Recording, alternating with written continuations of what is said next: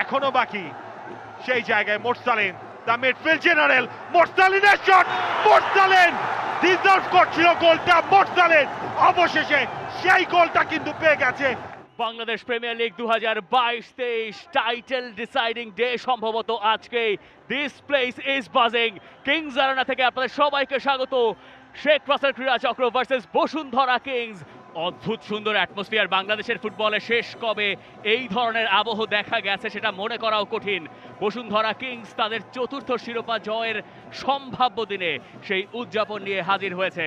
রেজা খান জাদে শুরুতেই একটা long ball ডোরিয়ালটনের উদ্দেশ্যে, তবে শওকত আলী রাসেল সেখানে ছিলেন। অ্যান্ড্রিউ থেকে চার্লস দিদিয়ের। শেখ রাসেল ক্রীড়া চক্র নিশ্চয়ই তারা কাউন্টার অ্যাটাকে প্রতিপক্ষকে আঘাত করতে চাইবে। দীপক রয় সঙ্গী দিচ্ছেন মনির, অপশন খুঁজছেন দীপক, একটু পিছু হটলেন এবং শেখ রাসেল ক্রীড়া চক্রের পায়ে বল যেতেই গ্যালারিও হুট করেই যেন স্তব্ধ হয়ে গেল।